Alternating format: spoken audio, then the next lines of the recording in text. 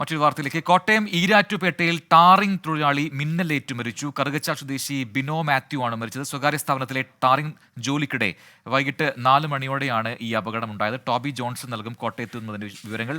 Toby, എന്താണ് സംഭവിച്ചത്? അവിടെയൊക്കെ ഈ ഇടിമിന്നലുള്ള മഴയുണ്ടോ?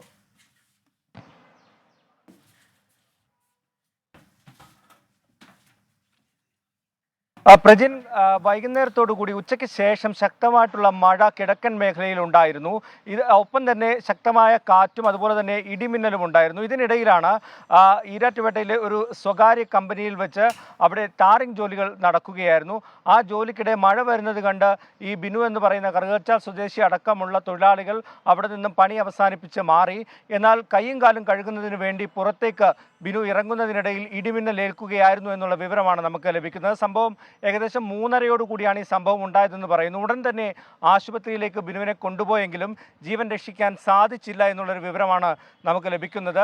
എന്തായാലും മൃതദേഹം ഇപ്പോൾ പാലായിലെ ആശുപത്രിയിലേക്ക് മാറ്റിയിട്ടുണ്ട്. കറുകച്ചാൽ സ്വദേശിയാണ്, 37 വയസ്സുണ്ട് എന്നുള്ളൊരു വിവരമാണ് നമുക്ക് ലഭിക്കുന്നത്.